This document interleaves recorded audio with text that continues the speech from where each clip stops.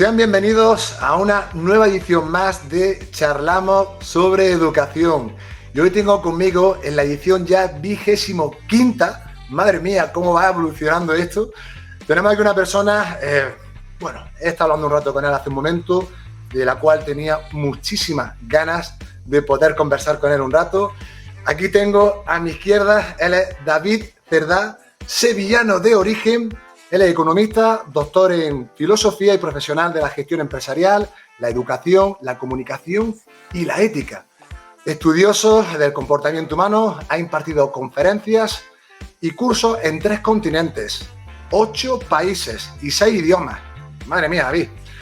Ha publicado 7 ensayos, entre ellos La deriva de la educación superior en el año 2017, El buen profesional en el año 2019 y el último, el más reciente, el que vamos a abordar en el día de hoy, Ética para valientes, el honor en nuestros días.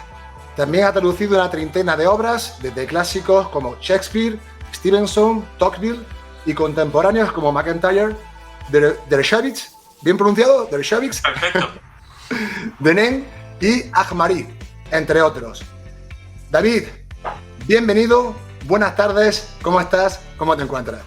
Pues muchas gracias, fenomenal y un honor que sean las bodas de plata, que cuando me hayas invitado. Pues nada, enhorabuena por hacer 25 programas y 25 buenos programas y con tanta enjundia como he tenido la ocasión de ver algunos, pues no es fácil, así que enhorabuena, Iván. Te lo agradezco mucho, David.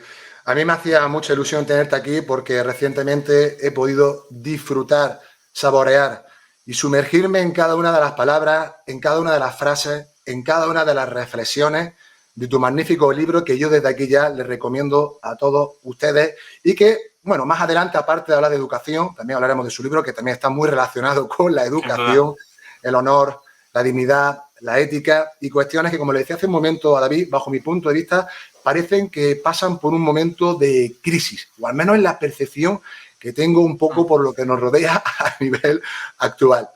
David, pues si te parece vamos a comenzar con la entrevista, como siempre digo, entre comillas, y comienzo siempre con esta pregunta que realizo a todos los invitados e invitadas que pasan por esta casa. Y es la siguiente, David. Bajo tu punto de vista, ¿qué cualidades crees que debe tener un buen o una buena docente? Bueno, lo he dicho muchas veces, lo primero que amar muchísimo aquello que enseña, eso está clarísimo. Saber mucho, al final el conocimiento es fundamental, no tienes que saber mucho y cuando sabes mucho normalmente amas mucho y es una relación recíproca. Y en tercer lugar, ser muy buen comunicador. Realmente dar una clase es una cosa muy antigua y que no ha... El otro día leía algo de Simon Blackburn que por lo visto cuando estaba en Oxford le pasaron una nota para que añadiera cierta innovación a sus clases, ¿no? De filosofía y Simon Blackburn respondió a la universidad diciendo, bueno, nosotros los filósofos tenemos un método que tiene como 25 siglos y que ha funcionado y que vamos a seguir haciéndolo, ¿vale? Y ya no volvieron a molestarle más. Dar una clase es una cosa antiquísima, pero porque nunca se ha mejorado el sistema, que es un profesor que sabe mucho, ama mucho lo que hace y sabe comunicar muy bien y una clase que le atiende. Es básicamente eso.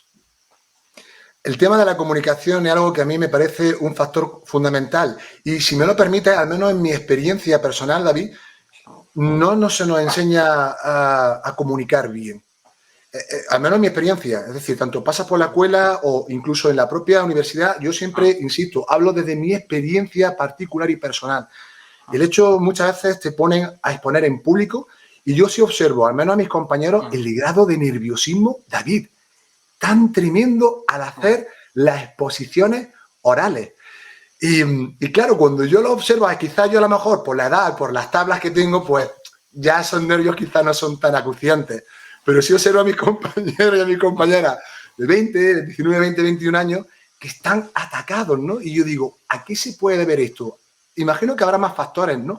Pero el hecho de que quizás no hayan tenido ese entrenamiento previo en cuanto al hablar en público, les genera, ¿no?, ese nerviosismo, esa tensión, que por ende en muchas ocasiones les genera situaciones, ¿no?, de bloqueo o no saber expresar lo que quieren decir con claridad. Bueno, tenéis que saber que el miedo a hablar en público forma parte de uno de los 5 principales traumas universales psicológicos que hay, ¿no? Hay como 5 cosas grandes, ¿no? Pues a ser atacado, etcétera, y una de ellas es hablar en público, o sea que es una cosa muy, muy universal. Francamente es una habilidad, se enseña, yo me dedico a enseñarla y y me encuentro con gente, incluso con directivos y digamos que tienen una trayectoria, etcétera, y con grandes carencias. O sea, es algo que realmente, si no lo entrenas, no lo vas a hacer bien, salvo que tengas un don natural, que es muy raro. Incluso la gente que tiene un don natural, al final ni siquiera controla ese don porque resulta que son, pues bueno, extravertidos, vamos a decir, o que son graciosos, pero al final se convierte en una comedia, ¿no? O sea, comunicar bien es una habilidad profesional muy importante de desarrollar y que se enseña como cualquier otra, ¿no? No es complicada, no es tan complicada como cualquier otra, ¿no? Y requiere horas y requiere, bueno, un entrenamiento específico. Yo no sé cómo será en la docencia. En el mundo profesional mío primario, que es el mundo de la empresa, te aseguro que no se enseña en ninguna carrera. Entonces, pues, sí sé que algunas, como siempre, hay algunos sitios privados donde ya le han cogido la matrícula al asunto y la están metiendo en sus planes, ¿no? Pero ciertamente debería ser una de las capacidades con las que saliera. Y creo que ha habido una confusión en los últimos tiempos en los colegios creyendo que esto es presentar un PowerPoint y no tiene nada que ver con eso, ¿sabes? Los chavales hacen presentaciones PowerPoint pero no tienen ni idea de comunicar en público. Han aprendido a hacer PowerPoint, pero no tiene nada que ver con eso, ¿no? Y francamente no se está enseñando.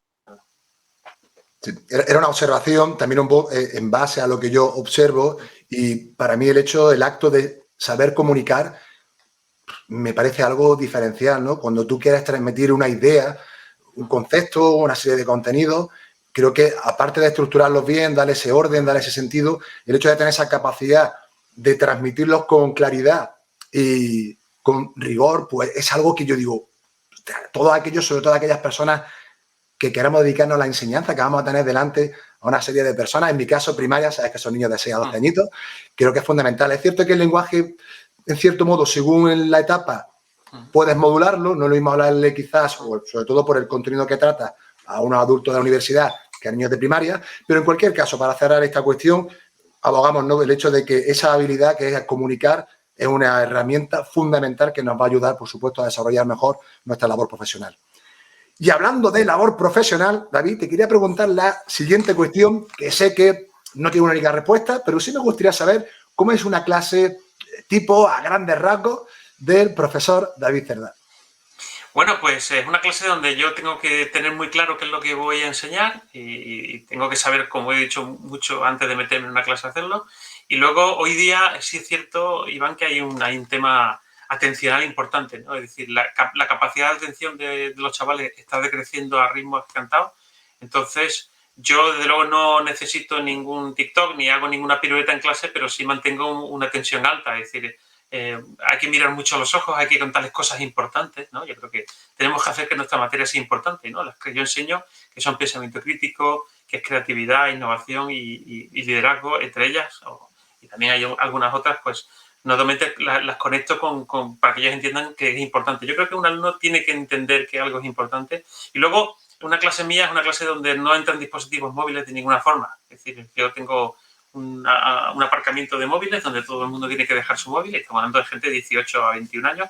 En los posgrados, lógicamente, 25 en adelante no, pero los chavales de 18 a 21 años, que sé que es un cerebro que todavía está en construcción, no hay dispositivos móviles y no hay ordenadores tampoco. Yo les hago a cerrarlos y mi truco para eso es que les preparo unos apuntes fabulosos y les digo, oye, si tenéis que tomar alguna nota, la tomáis a mano, ¿no? Pero en mi clase no puede haber ninguna pantalla porque una pantalla es un sitio por el que se escapa un chaval y está en otro sitio, ¿no? Entonces, primero, no atiende. Segundo, es una falta de respeto a los compañeros y a mí y por lo tanto, una clase fundamentalmente son X chavales, ya no niños en mi caso, pero X chavales, todo el mundo mirando a mí y yo tratando de que tengan una razón para mirarme, ¿no? Y por lo tanto, lo que tengo detrás son imágenes, mis PowerPoint son imágenes de fondo para relacionar lo que yo hablo con lo que están viendo.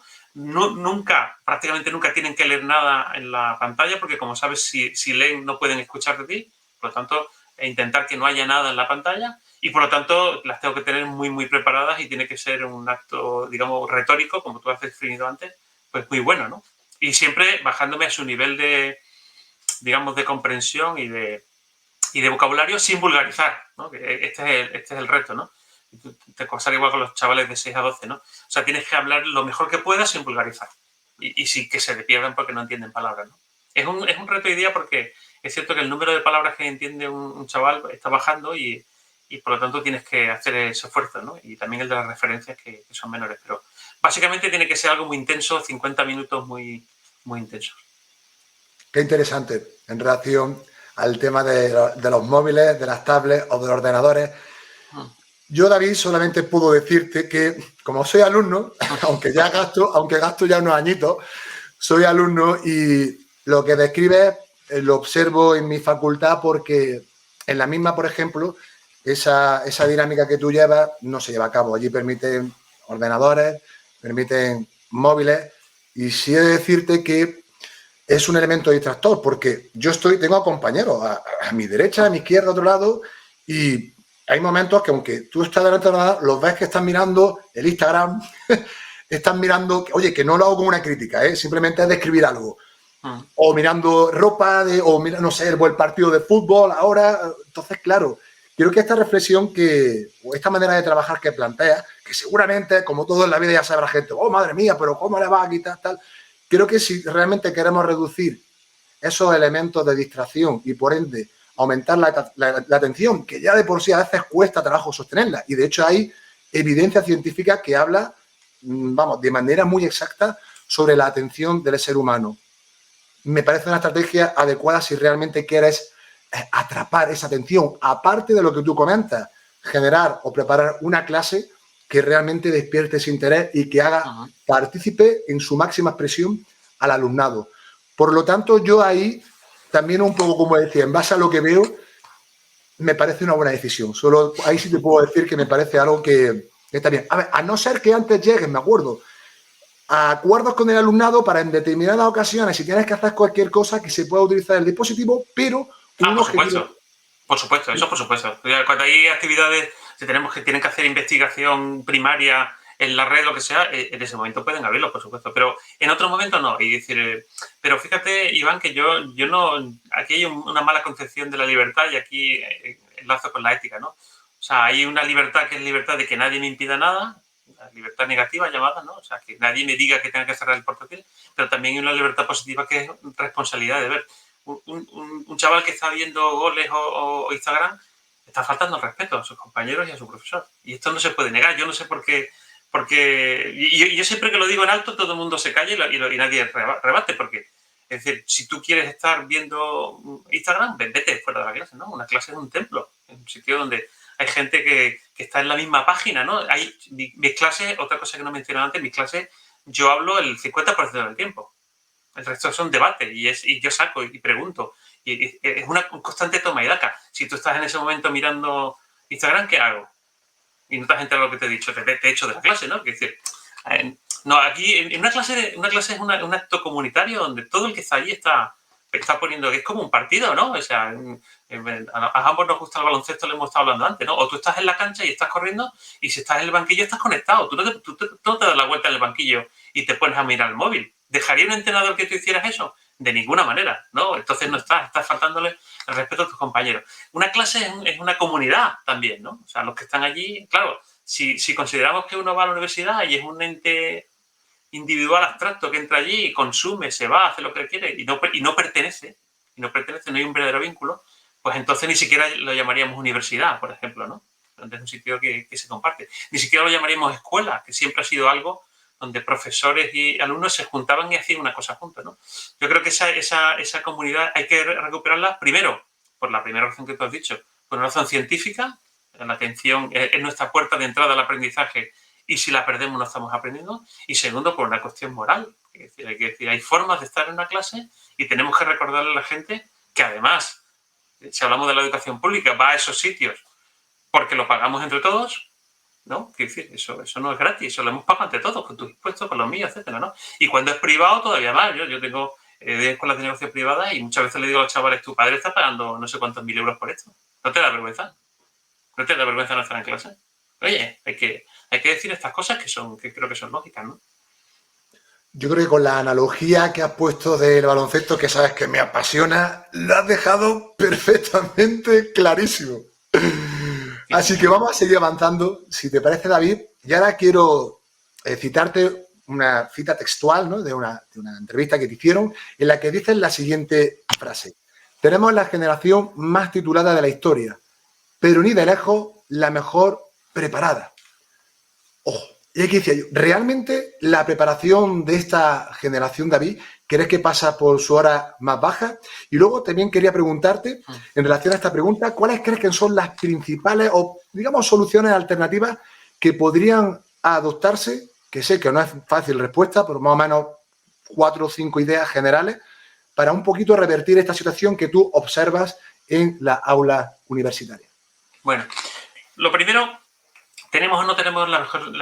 Bueno, la respuesta a la más preparada, la respuesta global es correcto, no es la generación más preparada, sí la más titulada. Lo que pasa es que está muy segmentado. Mira, yo tengo 50 años. Cuando yo tenía 18, 20, etcétera, había muchísima clase media.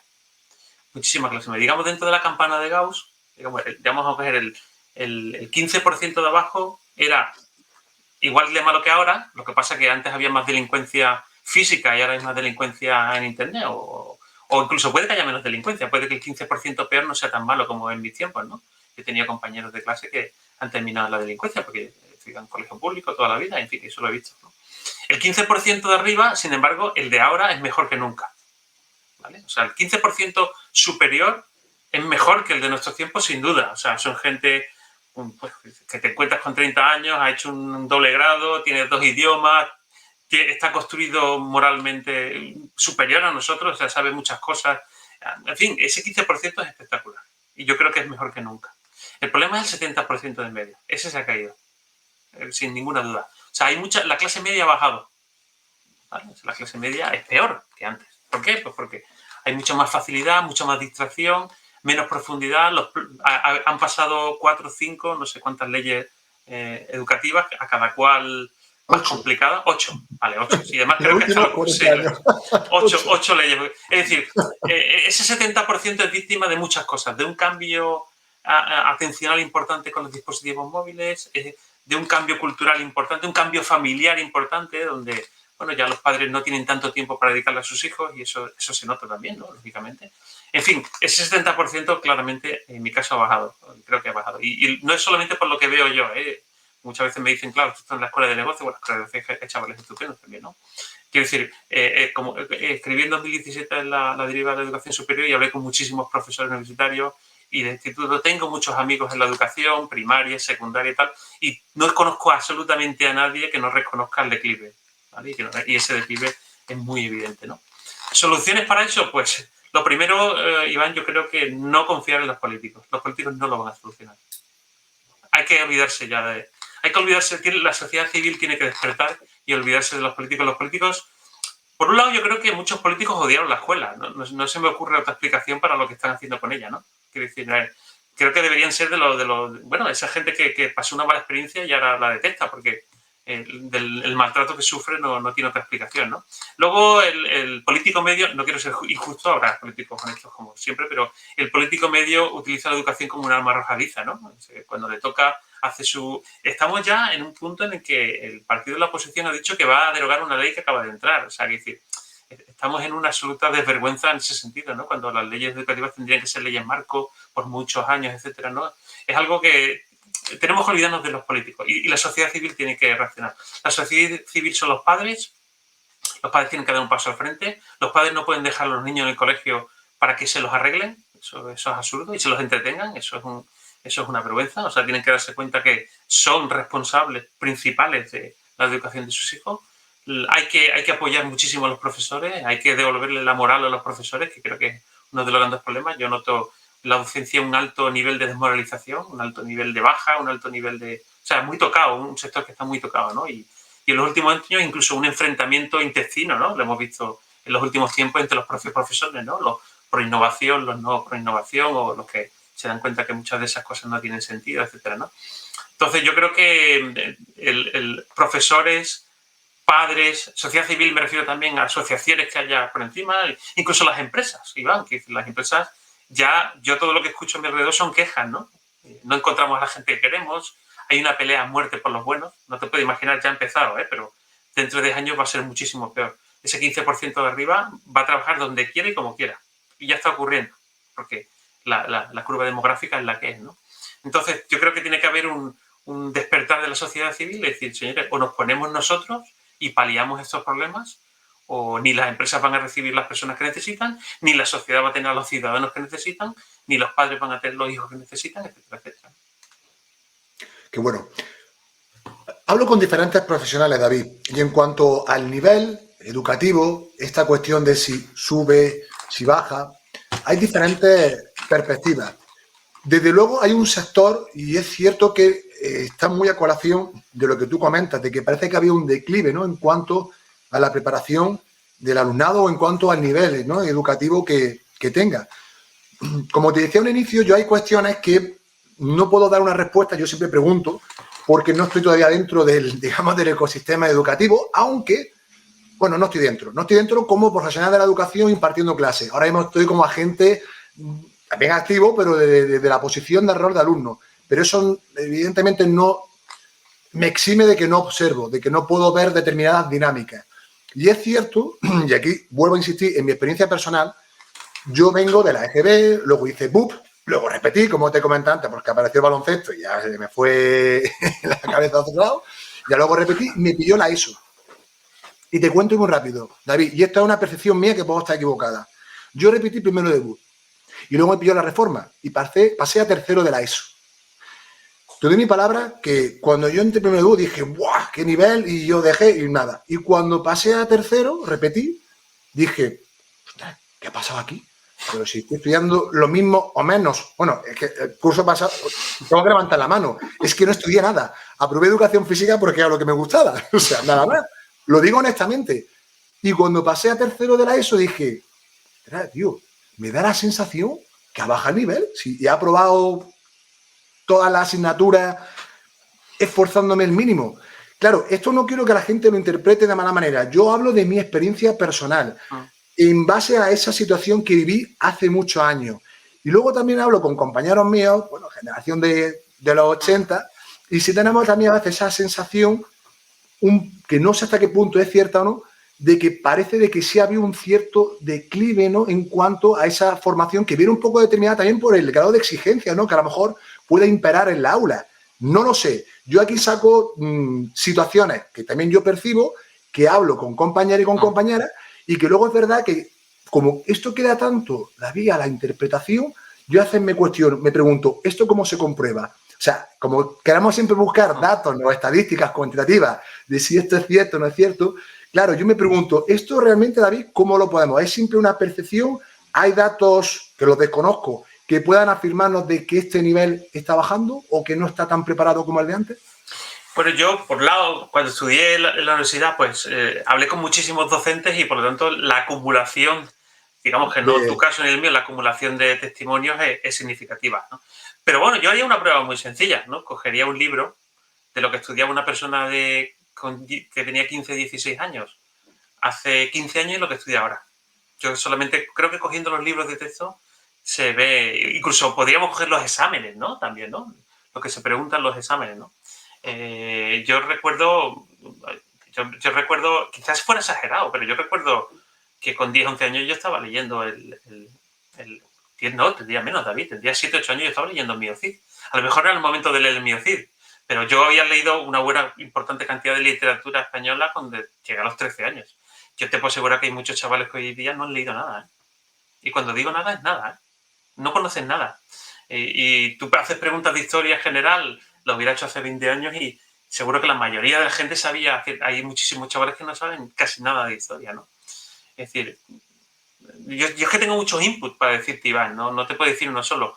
De todas maneras, si va a aparecer alguien y va a creer que esto es la gente mayor quejándose de la juventud, que es el problema, ¿no? Que siempre te sacan aquello de Sócrates decía en su tiempo que los jóvenes, que luego es mentira porque no lo dijo Sócrates ni existe esa cita, ¿no? De que todos los jóvenes eran tal, ¿no? Esto no es una cosa de gente mayor contra gente joven, todo lo contrario. Esto es una gente mayor, porque resulta que somos mayores, preocupada porque han estafado a una generación. O sea, que aquí ellos son víctimas, ¿eh? Ellos no son culpables. Esto es muy importante que lo sepamos, ¿no? La gente que no sabe esas cosas y no ha tenido esas cosas han sido víctimas de una serie de sistemas y una serie de movimientos culturales, ¿no? Con lo cual, yo particularmente tengo tantos inputs que podría, si alguien quisiera, digamos, argumentarlo de manera clara, podría hacerlo delante de él sin mucho problema. Me he acordado de una entrevista en relación a esto que comentas, en la que decías, corrígeme si me equivoco, que te costaba poner ejemplos precisamente de historias o de grandes Sí. autores con tu alumnado, porque la gran mayoría, exceptuando salvados casos muy concretos, conocían a determinados autores o obras como la Ilíada, y tú decías, me cuesta porque les pregunto si conocen o a Homero, y dicen, Pero claro, ni siquiera ¿cómo? Homero, Iván. Yo les Sí, preguntaba bueno, por ya. Ulises. Ulises, que decir, que Ulises incluso puede haber visto un cómic. Que decir, en nuestros tiempos tú podías no haber visto el Quijote, haber visto la serie del Quijote. O sea, que yo no te estoy hablando de leerse la Odisea, ¿vale? O sea, yo no aspiro a tanto. Y estoy diciendo que por lo menos sepas quién es Ulises, que te suene. Y yo te aseguro que en mi clase, la última que tenía de 30, o sea, alguna chica nadie sabía quién era. Pero no sabía que era un griego, ¿eh? Es decir, que no sabía nada. Y no, la historia de las sirenas, ¿no? Que es una historia que cualquier persona antes, cuando tenía 20 años, había escuchado hablar de las sirenas que cantan y te llaman, o sea, aunque no sepa ponerlo en pie, yo no sabía lo que era. Entonces, claro, el acto de educar es un acto de trabajar sobre el trabajo que han hecho otros, ¿no? Y si ese trabajo no está, si tú no puedes utilizar ningún tipo de metáfora, si no tú tienes que explicarlo todo en concepto, que además es mucho más aburrido, ¿no? Pues si tengo que decirle a alguien, oye, para ser creativo, sobre todo tienes que atarte a una idea y tienes que ser perseverante y por lo tanto todo te va a decir que lo dejes estar y que no sigas trabajando, pero entonces si yo digo, como Ulises cuando sea tal mástil por la sirena, en 2 segundos todo el mundo ha cogido una imagen. Si tengo que explicarlo conceptualmente voy a tardar mucho más y es un concepto que se queda menos con la historia. Las historias nos fundan, ¿no? Son parte importantísima, como tú sabes, esa es otra de las cosas que hago en clase. Yo cuento muchas historias, pero claro, yo no puedo hablar de una película porque nadie la ha visto, no puedo hablar de una música o una canción porque nadie la ha escuchado, ¿no? Entonces, cuesta todo mucho trabajo.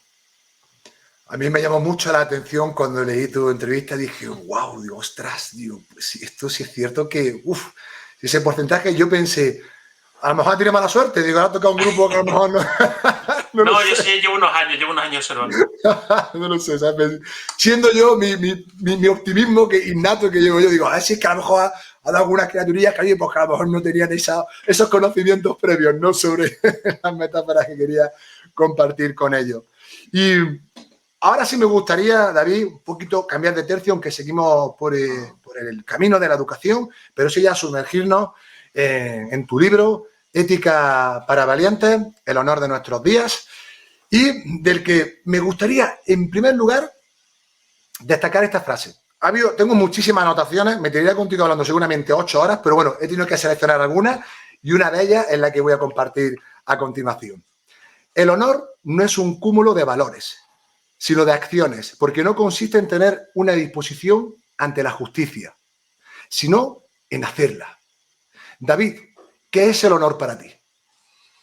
Bueno, yo creo que el honor es como has leído en el libro, ha sido muchísimas cosas, ¿no? Pero a mí el que me gusta de verdad, creo que la versión más elevada del honor es ese que ya denomino honor ético, ¿no?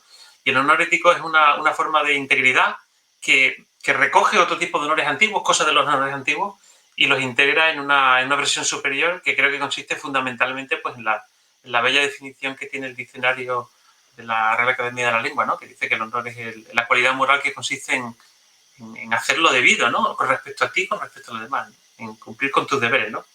Bueno, para empezar consiste en creer que tienes deberes, que le debes algo a alguien. Hace no mucho tuve una conferencia con 500 chavales y eran todos tipos brillantísimos y, bueno, becados y es una maravilla. Y se me ocurrió preguntarle a una chavala, tendría 20 años o 22 o no sé, le digo, oye, ¿a quién le debes tú algo, no?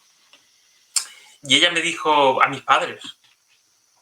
¿Y a quién más? A mi hermano. O sea, todo lo que llegó con el deber era a gente a la que quería. ¿Vale? Entonces, claro, si nuestros únicos deberes en la sociedad son con la gente que nos quiere, ¿hacia dónde vamos? ¿No? O sea, ¿cómo sostenemos esto? ¿No? Esto se ha sostenido y se ha creado porque hay gente que creía que debía cosas a los demás. ¿No? Y ese demás es un demás que a lo mejor ni conocen. ¿No? Bueno, yo debo no tirar un papel al suelo. ¿Por qué hay tanta suciedad en el suelo? ¿No? Porque la gente cree que no le debe nada. O sea, cree que la ciudad estaba puesta ahí, que no hay nadie que vaya a limpiarlo. ¿No? O sea, no tenemos ese sentimiento del deber, ¿no? De la obligación. La obligación en el sentido más positivo posible, que es el vínculo con los demás. O sea, yo estoy relacionado contigo, Iván, y me siento parte de una misma comunidad, pues, por ejemplo, educativa, y me siento de un mismo país, etcétera, ¿no? De la misma humanidad, en fin, ¿no? Entonces, para mí el honor es reconocer que estás vinculado a otras personas que vivieron antes de ti, que vivirán después de ti, que ser libre consiste en tener no solamente que nadie te oprima, sino en tener también responsabilidad, es decir, dar respuesta a otras personas. Y el honor es tener principios, es decir, líneas rojas, las famosas líneas rojas que los políticos mencionan y siempre se saltan, y hay gente que no se las salta, ¿no? Y entonces decir, hay cosas que no haría nada. El honor es reconocer que una cosa se llama dignidad, que hay cosas que no están en venta, ¿vale? Que nunca deben estar en venta. Hay por ahí un dicho de... Bueno, hay mucha gente que cree que todo está en venta y que todo es cuestión del precio. Yo creo que no. Y de hecho he visto a gente que no vendería ciertas cosas, ¿no? La cosa es una situación súper dramática, ¿no? De la vida o muerte, pero hablar del concepto de venta, hay cosas que no se venden, ¿no? Y hay cosas que nunca se deberían vender. Y por tanto, eso también es una consideración sobre el honor. Y luego, estar dispuesto a hacer cosas, porque tú lo has mencionado muy bien, la diferencia entre los valores, que pueden ser una pegatina en el brazo. Yo conocí a gente que tiene sobre el papel unos valores fantásticos y luego son verdaderos alimañas, ¿no? Que cuando yo te pregunto a ti tus valores, tú te pones ahí a poner lo que a ti te gustaría, lo que tú esperas que yo diga, etcétera, ¿no? Pero otra cosa es el momento de la verdad, ¿no? Y bueno, ¿cómo se encuentran los valores en una cancha? Poniendo el ejemplo del baloncesto, pues en los lances del partido, ¿no? O sea, el compañero que te levanta rápidamente cuando te has caído al suelo, el que es capaz de dar una defensa cuando o sea, eso es ser una persona de honor en un deporte, en la vida, etcétera, ¿no? Y por lo tanto son todos actos, para mí son todos actos. Yo creo que son gente que no cree que la moral son hashtags, ¿vale? Que no son, en fin, banderas en las que envolverse, sino cosas que hacer a diario. Sobre todo es una consideración del bien como algo que se hace a diario, ¿no? Yo creo que hay demasiada gente que le pasa lo que a la Susanita de Quino, ¿no? Que decía, amo a la humanidad, lo que me revienta es la gente, ¿no? pues he conocido a mucha gente así, ¿no? Mucha gente que dice, joder, tiene un discurso de Miss, que es una maravilla, pero luego hay una persona al lado que le ha pedido €1 y casi le escopió la cara, ¿no? Es esa disposición para también no permitir que haya injusticia cerca tuya, ¿no? Lo contrario del bullying, ¿no? El bullying es la cobardía y por lo tanto es el deshonor manifiesto, ¿no? Cuando varias personas acosan a otras, ¿no? Cobardemente, ¿no? La cobardía. Bien, es una consideración también sobre la valentía, que como sabes para mí es muy importante, pues la valentía es el centro para mí de una persona buena. Las personas buenas son personas valientes, ¿no? También la consideración de que nadie es más que nadie, ¿no? De que nadie es más que nadie en principio, por eso hay la dignidad, ¿no? Pero que luego hay gente que es mejor que otra. Yo creo que eso forma parte del honor, ¿no? No todos somos lo mismo, ¿no? O sea, por la parte de la dignidad sí, pero luego hay gente claramente que es inferior a otra, ¿no? Pero no por nada, sino porque se lo ha ganado a pulso, ¿no? Tanto en el sentido positivo como en el negativo. Y también es creer el honor, es creer en la objetividad moral. Es decir, que hay cosas que están bien o mal en cualquier tiempo y en cualquier espacio. Y creo que la única posición seria de la ética es considerar que la ética es universal y objetiva. Luego, habría que hablar mucho más sobre eso, sobre cuándo, o sea, cómo se avanza, etcétera. Pero realmente el honor es antirrelativista. El relativismo para mí es la muerte de la ética y considerar que cada uno tenga su verdad moral, pues bueno, entonces ya, ¿para qué luchar por nada y para qué pelear por nada, ¿no? Todo eso y mucho más que contaría, pero tampoco me quiero ceder. Sé que es un tema profundo y podríamos estar aquí charlando, como decía hace un momento, horas y horas y horas, pero creo que lo ha explicado bastante bien y me va a permitir que también, hablando del honor, porque y hablando del honor y también de las historias, ¿no? De las narrativas que tú bien señalabas hace un momento, de esa importancia, de la historia del capitán británico Robert Campbell, que inicia con esa historia que creo que demuestra, como hablaba hace un momento, a la hora de poner ejemplos, si alguien conoce esa historia ya puede realmente empatizar, ya puede entender a qué te refieres, más o menos a grandes rasgos. Luego está claro que hay muchos matices, se puede profundizar, se pueden, bueno, abordar diferentes cuestiones en relación de cómo vayan transcurriendo, pero desde luego esa situación de que está recluido, recibe la carta de su madre y le piden que por favor le den permiso para ir a visitarla, comprometiéndose a que va a regresar nuevamente.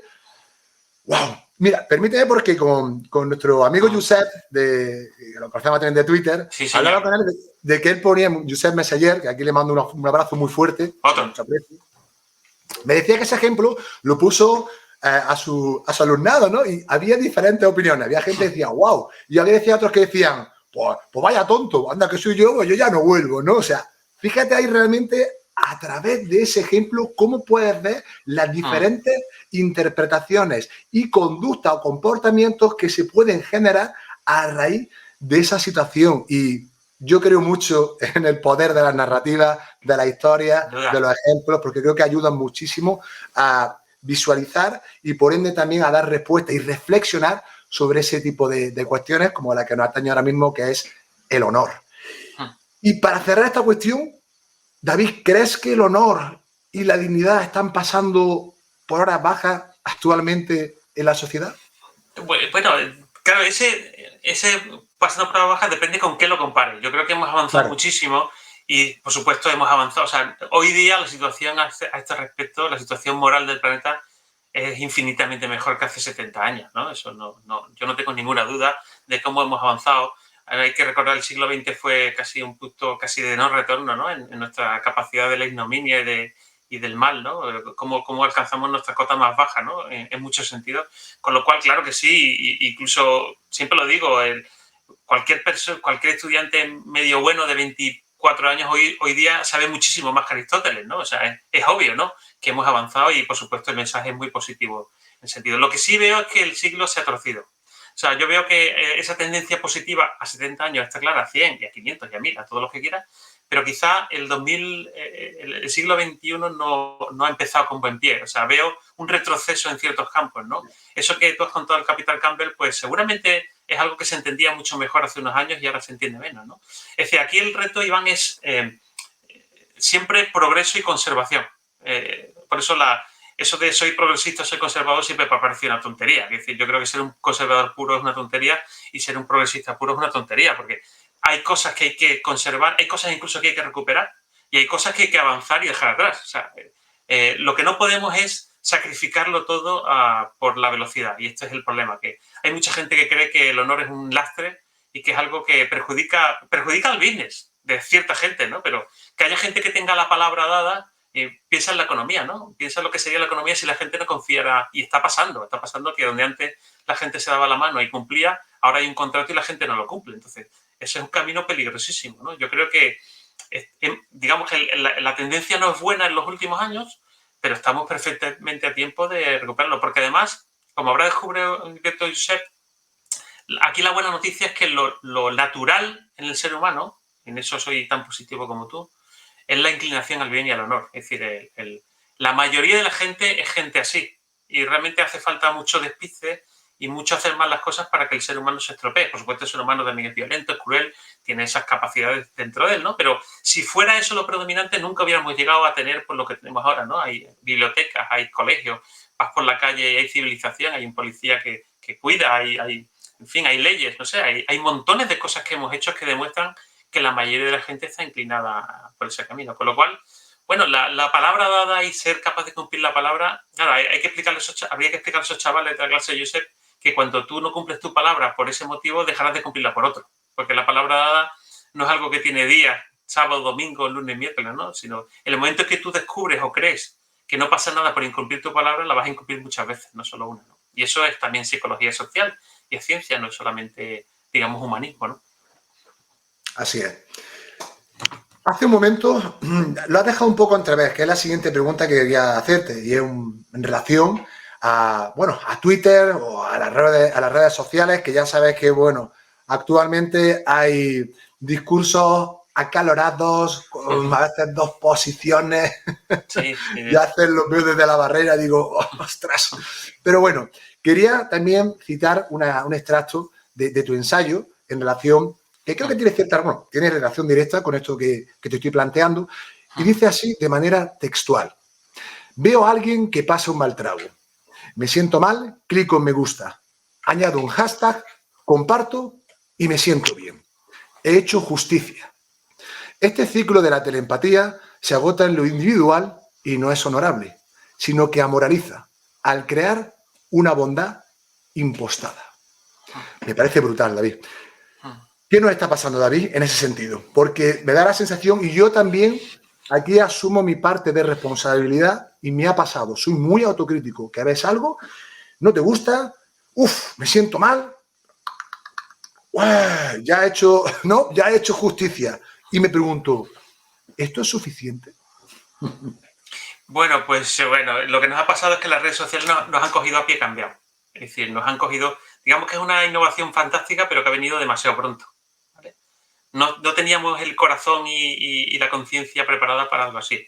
Y el ser humano es moral y es social en el rostro y en la presencia, ¿vale? Cuando nos ponemos en modo virtual pasan muchas cosas raras. Por ejemplo, que sea mucho más barato ser un cobarde, ¿no? Pues por ejemplo, atacar a alguien desde un nick y escondido sin tu foto, pues es mucho más sencillo que darle la cara a alguien e insultarle, ¿no? Es decir, a mí me pasa a veces en redes que viene alguien a insultarme y le digo, oiga, usted, ¿cómo se llama usted? Nombre, apellido, yo estoy aquí con mi nombre y apellido, ahí está mi foto, todo el mundo sabe quién es, puede incluso ir a mi trabajo a intentar fastidiarme, ¿no? Es decir, ¿y usted quién es? Inmediatamente desaparecen, ¿no? Es decir, ¿esto por qué? Porque el medio lo facilita. ¿Por qué es más fácil ser un pederasta hoy? Pues porque antes, para ser un pederasta, dentro de que eras un miserable en todos los casos, tenías que ir a un parque, intentar molestar a un niño, es decir, eso requiere, fíjate lo que te voy a decir, cierta valentía, porque como te coge un padre, prepárate, ¿no? O sea, y te pueden pasar muchas cosas, pero hoy tú desde un disco duro lo compartes y no has hecho nada y has hecho todo, ¿no? Es decir, es muy barato ser cobarde. Entonces las redes sociales nos están apartando del rostro y nos están apartando de la presencia física. El ser humano, como tú sabes, ha construido su cerebro en base a la interacción física durante cientos de mil años. El cerebro no va a evolucionar, es decir, no le da tiempo a evolucionar. Un cerebro necesita, como cualquier cambio en el genoma, necesita unos 30.000 años para sentarse. Nosotros cada 30 estamos cambiando el mundo. Entonces ya siempre iremos fuera de nuestra naturaleza. ¿Cuál es la única solución a mi juicio? Pues volver a parar un poquito, pararnos a pensar y decir, señores, ¿qué tipo de mundo queremos? Dejemos de correr, dejemos de abrazar toda novedad como si fuera nuevo, significara bueno, cosa que no es cierto siempre, y pensemos que es lo bueno, que siempre, esa es la pregunta de la ética, ¿no? La ética es cómo es la vida buena, cómo es la vida justa y la vida digna, ¿no? Y esa es la pregunta que nos conviene, no la pregunta de la productividad para unos pocos, porque al final, ¿quién está ganando dinero con esto, Iván? ¿Quién gana dinero con que alguien se enfade en YouTube por un vídeo, no sé cuánto? ¿Quién gana dinero con los vídeos de los gatitos? ¿Quién gana dinero con eso? Ganan 4 dinero. Y luego los demás tocamos a una miseria de eso, ¿no? Yo creo que es un muy buen momento para que el ser humano empiece a entender que no toda novedad es buena y que debemos ir hacia incrementos de nuestro conocimiento que nos aporten una vida mejor. Y para eso hace falta muchísima ética, pero no de filosofía moral en la Universidad X, sino en casas, en colegios. O sea, debe formar parte del programa básico de una persona, ¿no? Preguntarse qué es la vida justa o buena. Pues, si eso entrara, que sería otro tema importante para que entrara, si eso entrara en la formación de una persona, sí o sí, ¿no? Sí o sí una persona cuando sale, aparte de aprender una profesión, aparte de saber habilidades básicas como la lengua y las matemáticas, que son importantísimas, sí o sí ha empezado un camino para construir su carácter, ¿no? Y para ser un ciudadano al nivel adecuado, ¿no? Ahí coincido totalmente y has destacado una cuestión que a mí también me llama la atención y es el hecho de, cuando hablamos de redes sociales y ves diferentes perfiles, el hecho de que se cubran bajo a un seudónimo sobre una imagen que no es la suya, y a veces veo justificaciones en tanto en cuanto que por cuestiones de su, bueno, de profesión, sí. Si son policías, jueces, sí. Claro, yo ahí puedo llegar a entender hasta cierto punto que, bueno, quieran permanecer en el anonimato. Pero claro, yo tengo que ser honesto y aquí me voy a mojar. Cuando yo veo perfiles que los respeto, pero no soy capaz, pero no porque esté en contra de eso per se, sino porque, David, me gusta saber con quién estoy hablando. O sea, lógico. Por lo menos saber su nombre. Te soy honesto que la foto, a lo mejor, o la imagen, en cierto modo, lo dejo en un plano secundario. Pero por lo menos para dirigirme a esa persona por su nombre de pila. No sé, aunque se ponga otro nombre, no sé, falso. Fíjate hasta que te digo. Que si se llama Juan o María, pues que se ponga Susana o Rigoberta. Yo qué sé, ¿sabes? No sé. Pero luego ves que dices tú, bueno, ¿y cómo me dirijo yo? ¿Qué le digo? ¿Nave espacial 2.0? O sea, claro, yo digo, es lo que a mí me llama la atención en ese sentido. Y luego la otra parte que también creo, y además esto está muy relacionado con la conducta humana, cuando estamos detrás de una pantalla, que estamos solos, no tenemos a esa persona enfrente, creo que nuestros comportamientos también se ven condicionados en muchas ocasiones y y no son, no sé hasta qué punto, es decir, esto sería también algo filosófico o también psicológico, hasta qué punto muestran la realidad de esa persona. Porque en muchas ocasiones pienso que si de los discursos que vemos en Twitter, David, esas personas se juntaran en una mesa con un cafelito o con una cerveza, me da igual. Con toda seguridad. El discurso cambiaría de manera notable y diferencial.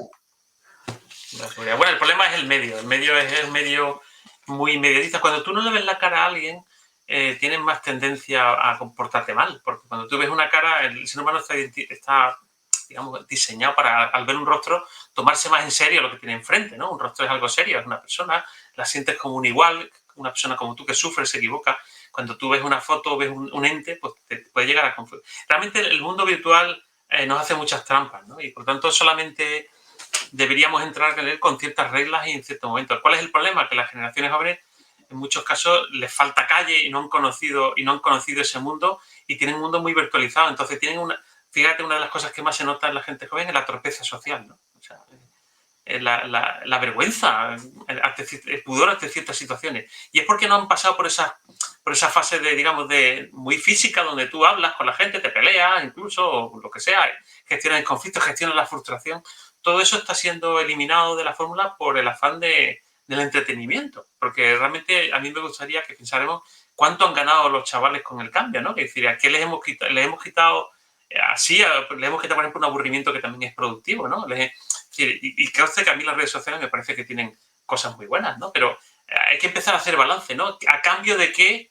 Esas 5 horas, 4 o 5 horas, tengo algunos que pasan 4 o 5 horas al día en Instagram, ¿no? Y en TikTok. ¿A cambio de qué, no? ¿Qué es lo que han perdido, no? Yo creo que tenemos que empezar a hacer ese balance, ¿no? Y no simplemente correr y abrazar la siguiente plataforma, ¿no? En el fondo, Iván, el ser humano, yo digo que todo lo que le ocurre interesante le ocurre cara a cara, ¿no? Y el problema es que cuando no hay esas caras, pues hay un problema. Yo sí te tengo que decir que policías, que conozco unos pocos, policías y jueces que están con seudónimo en la red, ninguno me ha insultado nunca y lo que suelo encontrarme son gente, pues insultadores corrientes. Quiere decir que son gente que no están ocultando ninguna identidad, nada, sino que son gente que puede ser desagradable de una manera muy gratuita, ¿no? Pero, bueno, también en el fondo de todo eso también hay algo que analizar, que hay mucha soledad y mucha falta de autoestima, ¿eh? Y el que entra en redes y pega 4 gritos y se ríe de ti y tal, pues seguramente será un pobre diablo que seguramente tiene problemas de relación y tiene problemas, o sea, que también tenemos que tener un poco de misericordia con ese tipo de gente, porque posiblemente hay gente que esté sufriendo, ¿no? No es que eso disculpe todos los comportamientos, ¿no? Pero que, digamos que donde antes alguien estaba en soledad y digamos, no le importaba a nadie, ahora intenta importarle a alguien tomando este tipo de actitudes, ¿no? A mí me gustaría hacer un matiz, que sé que hay gente, bueno, que conozco por Twitter, que están con seudónimos, no tienen foto real, a los cuales aprecio, me llevo súper bien, escucho, mantengo conversaciones muy enriquecedoras, pero eso no exime. De hecho, a algunos he tenido la posibilidad de hablar con ellos. O sea, ya le he puesto cara, le he puesto nombre, por lo tanto ya, aunque yo ya vea ese seudónimo, ya sé quiénes son. Y a mí eso me da también tranquilidad, ¿no? Y claridad, porque sé quién está detrás de ese perfil. Es algo muy, muy personal, pero porque soy una persona, valga la redundancia, que me gusta mucho el conocer a la persona, tener una imagen, no es por ser cotilla ni curioso, sino me gusta mirar a los ojos, me gusta saber cómo es la persona, cómo se llama, porque me gusta hablar por su nombre. David, eres David. Juan es Juan. María, María. Susana, ¿cómo estás? No, ¿sabes? Ponerte, como te dije antes. Persona. Claro, recoge, yo qué sé, pelota o el bananero. No, se llaman redes sociales por algo, ¿no? Se llaman redes sociales que son sociales. Y si son sociales, tenemos que saber los nombres. Yo también pienso eso, ¿no? Era una puntualización que quería hacer y una opinión personal, evidentemente, pero que, como decía, hay gente que no tiene el nombre real y me llevo fantásticamente bien con ellos y con ellas. David, vamos a seguir avanzando, ya estamos casi llegando a la parte final. Y, bueno, la siguiente cuestión, cambiamos un poquito de tercio y quería formularte esta pregunta que también se la llevo realizando a muchos invitados e invitadas que han pasado por aquí. David, si mañana te nombrasen ministro de Educación, Dios no lo quiera. ¿Cuáles serían las 3 primeras medidas que llevarías a cabo? Bueno, sin duda el esencial sería abandonar esta idea que parece como muy moderna, pero es muy casposa, de que todo lo nuevo es bueno, ¿no? Yo creo que eso es un cartón que ya está muy visto, ¿no? Y lo segundo que haría es recuperar el discurso del deber a la gente que tiene derecho a la educación, es cierto, pero también tiene un deber de educarse, porque tiene un deber de contribuir a la sociedad y tiene un deber de cumplir con su parte de lo que ocurre aquí, ¿no? Y eso te puedo asegurar que los chavales no lo escuchan jamás, nunca, no un poco, o sea, a mí me parece muy bien hablar de los derechos porque creo que existen derechos y hay que defenderlos, pero yo estoy con Simone Weil, hasta que no hay un deber no existe el derecho.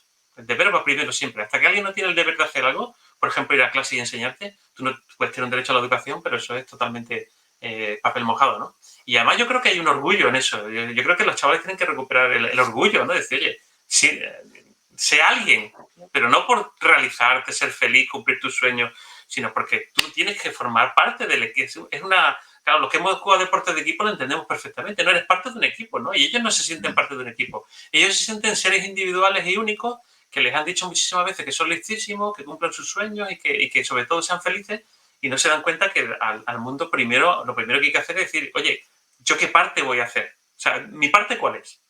¿Qué se supone que tengo yo? Y sobre todo mis dones, ¿no? A mí se me da bien esto, las matemáticas, se me da bien la música. Bueno, pues esto es algo para entregar a los demás, no es para ti.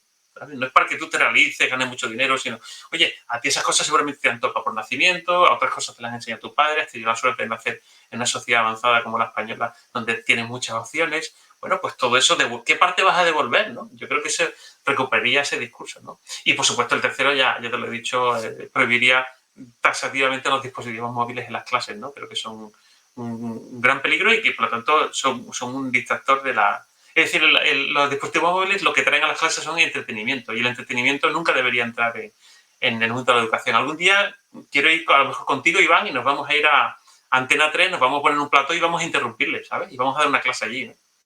Y van a decir, oye, ¿ustedes qué hacen aquí? Bueno, ¿y ustedes por qué vienen a mi clase? ¿Ustedes por qué traen la Isla de las Tentaciones a mi clase? Bueno, pues ahora voy a dar yo una clase en televisión y se van ustedes a fastidiar, ¿no? Es decir, cada uno en su sitio, ¿no? Y yo creo que recuperar la educación como fundamentalmente construcción del carácter, creación de una ciudadanía elevada y luego aprender una profesión, yo creo que sería el lenguaje que emplearía para ese cambio, ¿no? Qué bueno. Pues aquí han quedado perfectamente sus 3 primeras medidas. Ya con eso tengo para 8 años, creo, más o menos. Y ya para cerrar ya lo que es las preguntas de la parte principal, antes de llegar a las preguntas y respuestas cortas, ya la última de todas, David. ¿A qué persona de tu círculo cercano o de tu estima consideras como persona honorable? Bueno, mi padre, por supuesto. Tengo la suerte de trabajar con compañeros que son personas honorables. He tenido con el libro, con las cosas que me ha pasado el libro, pues me ha escrito mucha gente y he tenido contacto con mucha gente con historias realmente poderosas de hacer cosas por los demás y de heroísmo, ¿no? Yo es que estoy rodeado de gente honorable, Iván. La verdad es que para mí es una cosa muy natural. Yo creo que la mayoría de gente con la que me relaciono, porque entiendo que además también será un criterio, cada uno va intentando buscar lo que a uno le gusta, ¿no? Y con quién se quiere juntar, ¿no? Y mis propios compañeros de los martes del baloncesto, ¿no? Pues son gente que claramente tiene un sentido del honor, un sentido del compañerismo, un sentido de la entrega, un sentido de, bueno, de que hay que hacer cosas por los demás. Mis amigos son todos así y así creo que la amistad es una cuestión moral, no solamente afectiva, ¿no? Yo por suerte, estoy rodeado de gente así, Iván. De hecho, con los años me he dado cuenta, o al menos lo interpreto de esta manera. Para mí una de las mayores virtudes del ser humano o de cualidades es saber seleccionar a su grupo de amigos, con la gente con la que relacionarse. Eso me parece importante porque dentro de toda la, bueno, de toda la amalgama que podamos tener, el tener esa capacidad para saber con quién relacionarse, y esto no lo digo desde un aspecto de menosprecio ni mucho menos, sino simplemente saber con quién juntarse, con quién compartir las cosas, qué personas me pueden aportar, me pueden nutrir, también desde una posición crítica, que no sea siempre alabos y elogios fáciles, que lo único que hacen es acomodarte y creerte algo que en muchas ocasiones no llegas a serlo realmente. Para mí eso es algo fundamental. Y yo, al igual que tú, y permíteme que también lo comparta, Me siento profundamente agradecido porque mi entorno, en el que se encuentran mis compañeros de baloncesto, son gente que también considero honorable. Siempre que no ha pasado algo, estamos ahí los primeros. O sea, esto de que somos un equipo es elevado a la máxima potencia. Nos seguimos viendo después de tantísimos años, ya cada vez más viejos, ya con canas, cada vez con más achaques, ya con dolores en las rodillas, pero ahí seguimos todavía al pie del cañón. Y considero que esa parte es muy importante en cuanto a saber con quién relacionarse. Nos puede ayudar mucho a la hora de forjar también nuestra dignidad, nuestra personalidad, nuestro carácter y, por supuesto, nuestro honor. Así que dicho esto, David, vamos a pasar ahora al top de preguntas y respuestas cortas.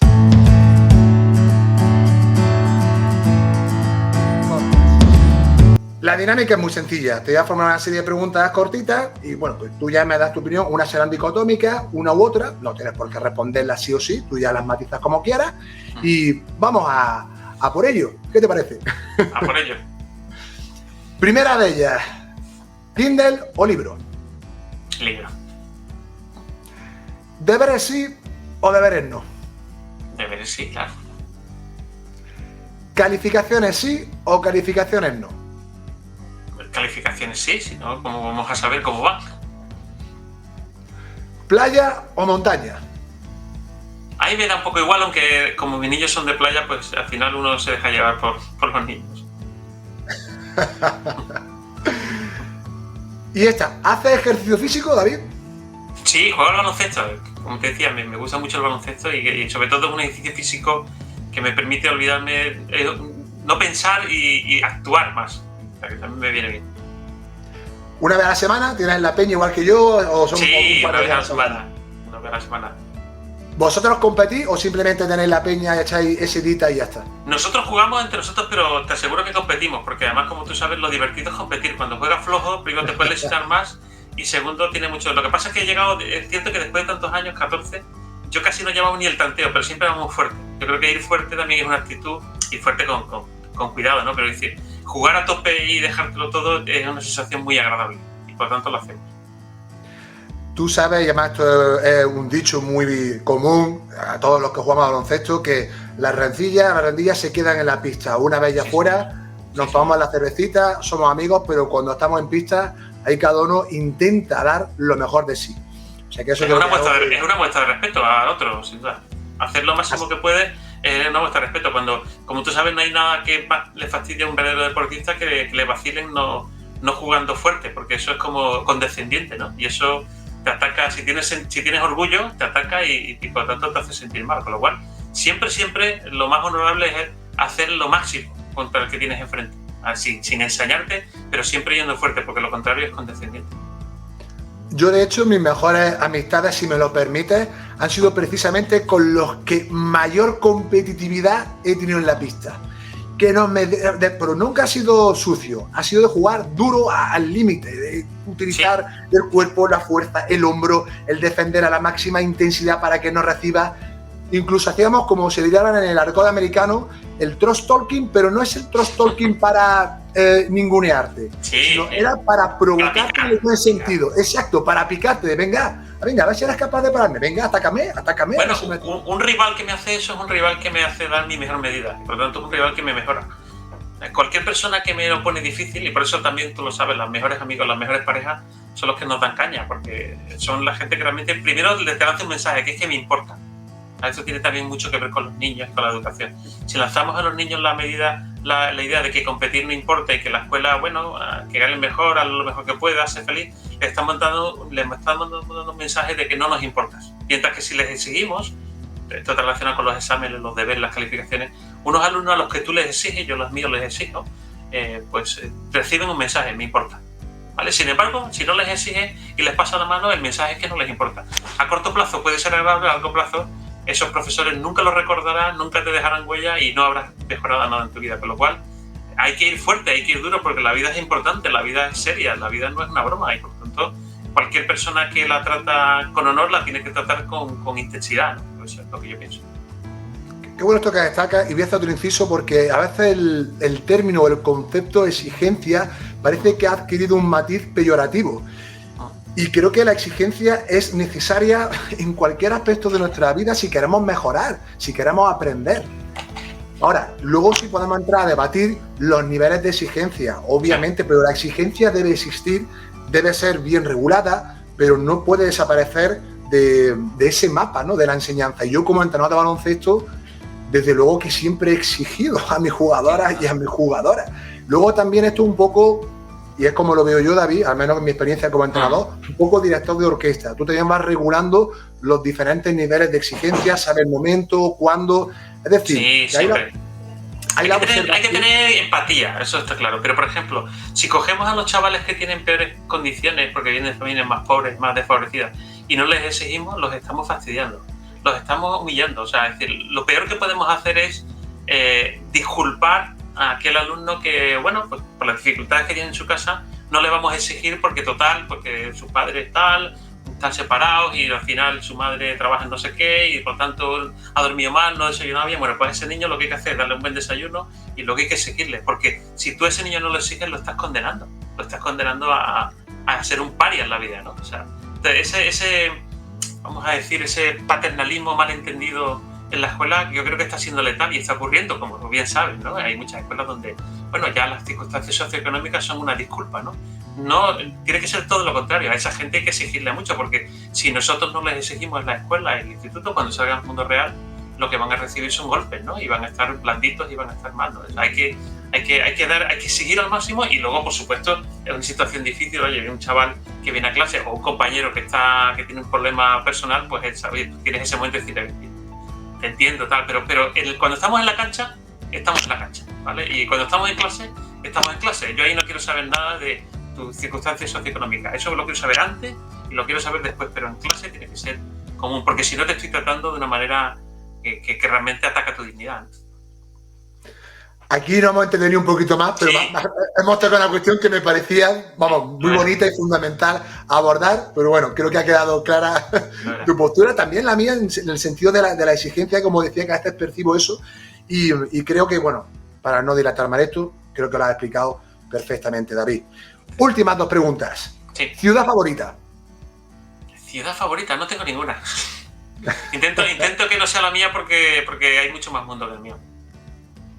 Y ya por último, ¿una manía inconfesable? Una manía inconfesable. Es que soy muy abierto, entonces suelo confesarlo todo, ¿sabes? Largo casi todo. Bueno, todos los que me conocen, todos los que me conocen saben que lo confieso todo. Bueno, pues no lo sé. Tengo mis manías, ¿no? Soy muy disciplinado para mis cosas y para el orden, y yo creo que la única manera de hacer muchas cosas, que yo lo que intento hacer muchas cosas distintas, es ser muy disciplinado. Entonces a veces tengo cosas, pero me estoy curando. Es decir, también me estoy mezclando con gente que por supuesto me pone en mi sitio y francamente yo creo que necesito que me pongan en mi sitio a menudo.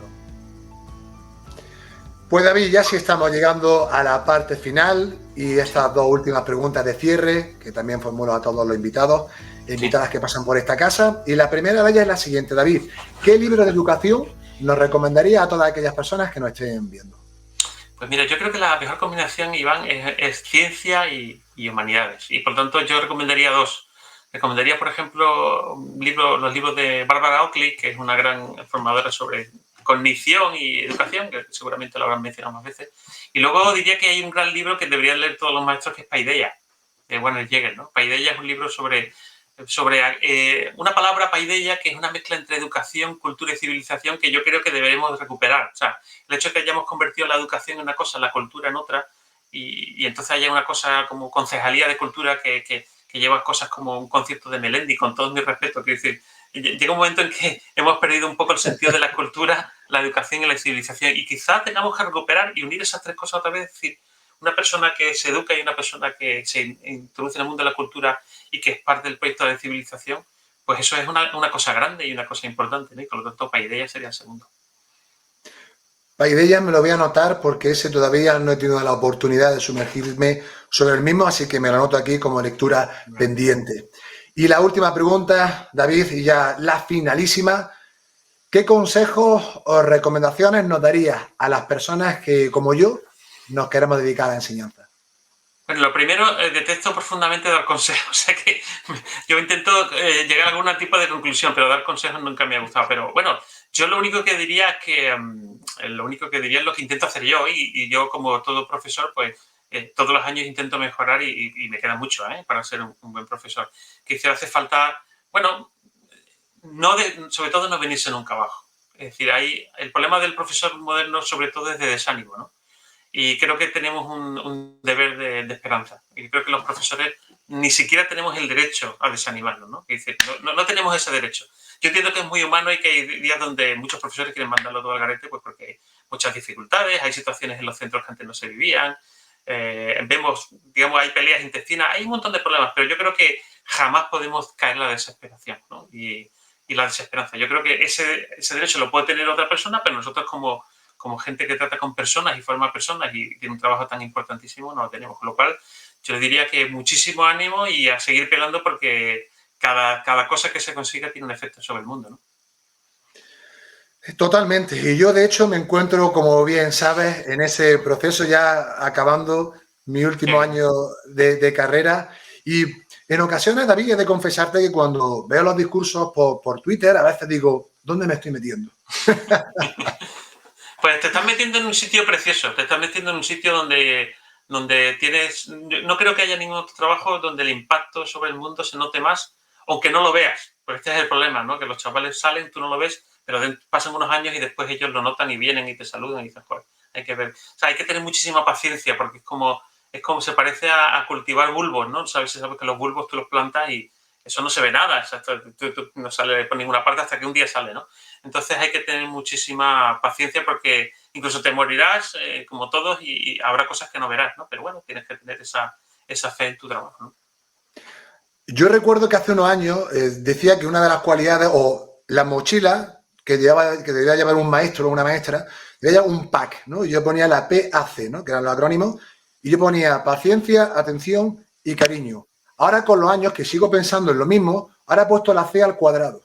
Iré cambiando, porque ahora he puesto paciencia, atención, conocimiento y cariño.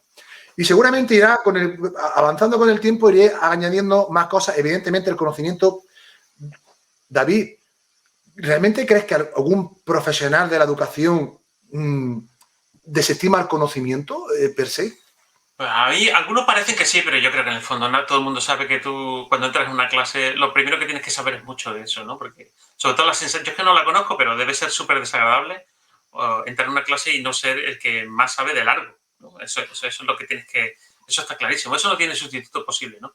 Y sobre todo, no pensar que tus alumnos solamente se llevan una experiencia como si fueran un cliente, ¿no? O sea, se tienen que llevar cosas en el corazón y por lo tanto en la cabeza, es decir, en la memoria, porque al final la memoria es eso, ¿no?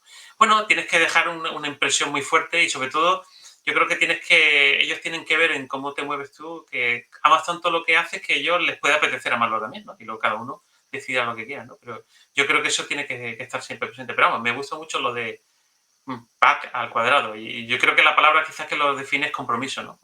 Si tienes un compromiso con lo que haces, entre otras cosas te planteas menos, oye, ¿debería o no debería?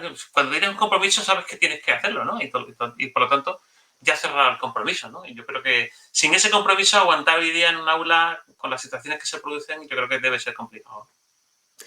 La pregunta que hacía era de manera cómica, lo tengo clarísimo, vamos, yo creo que en mi vida he tenido algo tan claro. De hecho, el curso pasado estuve casi 3 meses haciendo mis prácticas. Desde el primer día, David, me dejaron dirigir todas las clases de educación física. Bueno. De hecho, y lo he comentado alguna vez y lo digo con cierto orgullo, también a veces un poco de timidez, porque se fue corriendo un poco la voz en el cole y ya había otros maestros y maestras que me decían que me fuera con ellos a echarle una mano. Evidentemente, a ver, la experiencia que tengo como entrenador de baloncesto, como jugador, eso me ha dado una serie de conocimientos. Un entrenador es un maestro. Claro, entonces no parto de cero, David. No es el chaval de 20, con todos mis respetos, ¿no? Que ya tengo casi 42 años y 10 años en las pistas como dirigiendo. Y al final también son procesos de enseñanza-aprendizaje, igualmente, con las diferencias de que son otras áreas. Pero y eso ha sido una experiencia, David, de verdad, increíble. Cuando me fui, si viera a los chavales, el cariño tan grande con el que te dan. Y luego el hecho de el orgullo también de que estás aportando, como te decía al inicio fuera de grabación, David, el hecho de aportar mi pequeño grano de arena, ostras, mi semillita. Que de hecho el último regalo que le hice a los niños, David, fue en los cacharrillos estos de los yogures, les planté tierra y una pipa dentro. Y les personalicé cada uno su nombre con una pequeña frasecita y les dije, espero haber aportado una semillita en cada uno de vosotros, ¿no? Bueno. Y pues, que se fue una experiencia muy bonita. Es algo muy sentimental. La relación entre maestros es una forma de, como, bueno, para que la gente lo entienda, es una forma de eros, ¿no? Es una relación de cariño, es una relación muy, muy cercana. Si no te importan tus alumnos, no puedes ser un buen profesor. Y luego cada uno tiene su carácter, los más extrovertidos, es una profesión que tiene sus técnicas, o sea, pero no conocí de ningún profesor bueno que no tenga esa inclinación personal, porque realmente es muy complicado. Estás con personas y estás formando personas, ¿no? Y por tanto eso es algo muy serio, ¿no? Con lo cual ese pellizco que tú estás mencionando también tiene que existir siempre, ¿no? A mí me encanta. Y con esto y termino, para que también la gente no lo malinterprete, esto no, cuando digo que es algo que me encanta y que es bonito o que es realmente gratificante, es que también incluye numerosas dificultades y situaciones a resolver que no son sencillas, con determinados alumnos. Exacto, ni agradables tampoco, con familias, etcétera. Es decir, soy bastante consciente de lo que puede imperar en un ecosistema educativo. Pero incluso con eso tengo la determinación y, por supuesto, la convicción absoluta de que quiero dedicarme a ello. David, muchas gracias. Eso, pero hasta tengo miedo, no te voy a engañar, pero un miedo que no me paraliza, sino un miedo desde el que me anima y me motiva a querer seguir formándome más, querer seguir aprendiendo y que cuando llegue el momento tener el mayor número de herramientas para tener la mayor probabilidad de dar una respuesta adecuada. Sí, señor. Pues lo harás muy bien y además ese pellizco es como el cantante, ¿no? Si no tienes ese pellizco, no cantes, ¿no? Si no tienes ese entripado, pues no hagas nada, ¿no? Porque ese entripado es imprescindible, ¿no? Así es. Pues David, hasta aquí la charla de hoy. Ha estado súper a gusto, ha sido un auténtico de verdad y verdadero honor estar contigo aquí hoy y por supuesto agradecerte tu tiempo, tu atención, tu cariño, tu disponibilidad y bueno, el hecho de compartir todo lo que está relacionado con la educación y por supuesto, y sin olvidarme, la última obra, ensayo, insisto, de verdad que les recomiendo, no se van a arrepentir de verdad porque es una auténtica joya, ya no solamente por lo que describe el vocabulario, ejemplos, la biografía con grandísimos autores, hablas de Platón, de Aristóteles, bueno, en fin, es una auténtica, para mí, vamos, es oro puro. Así que, David, enhorabuena, que sigas escribiendo, por favor, porque creo que tu labor es necesaria. Y sobre todo, como decíamos hace un momento, también un poco, bueno, yo creo que estas cosas siempre son necesarias, ¿no? Más allá de cómo esté la situación, pero si cabe aún más, a día de hoy, bajo mi punto de vista, también es importante tener esa conciencia, ¿no? Y esa visión hacia estas palabras tan potentes para mí, tan importantes que son el honor y la dignidad. David, muchísimas gracias de corazón por haber estado aquí y te dejo si quieres despedirte de la gente o decir algo más para cerrar. Quiero decir que ha sido un placer y que me siento muy honrado por toda la gente que ha pasado antes por aquí y por toda la que pasará después, con lo cual me siento pequeñito al lado de ellas, pero encantado de haber participado de eso.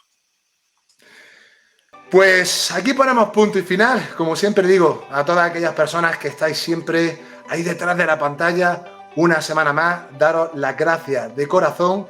Y nada más, esto es todo por el momento y les invito a otro episodio más de Charlamos sobre Educación. Un fuerte abrazo y cuídense. David, abrazo fuerte y muchísimas gracias. Gracias a ti.